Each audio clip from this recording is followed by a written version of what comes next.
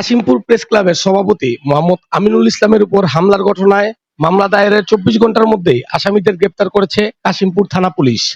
গত ২৩ August Kashimpur press ক্লাবের সামনে ঘটে এ হামলার ঘটনা। প্রত্যক্ষদর্শীদের দাবি, একদল যুবক প্রেস ক্লাবের সামনে এসে সভাপতি মোহাম্মদ আমিনুল ইসলামের উপর হামলা চালায়। এতে তিনি আহত হন। ঘটনার পর বিষয়টি নিয়ে কাশিমপুর থানায় মামলা দায়ের করা হয়। মামলার পরপরই আসামিদের ধরতে পুলিশের অভিযান শুরু হয়। কাশিমপুর থানার ওসি মোহাম্মদ খালিদ হোসেন মোল্লার নেতৃত্বে পুলিশের একাধিক টিম বিভিন্ন স্থানে অভিযান চালিয়ে ২৪ ঘন্টার মধ্যেই মামলার আসামিদের গ্রেপ্তার করে। পরে গ্রেপ্তারকৃতদের আদালতে পাঠানো হলে আদালত তাদের কারাগারে পাঠানোর নির্দেশ দেন। সাংবাদিক নেতার উপর হামলার ঘটনায় দ্রুত পুলিশি পদক্ষেপকে স্বাগত জানিয়েছে স্থানীয় সাংবাদিকরা।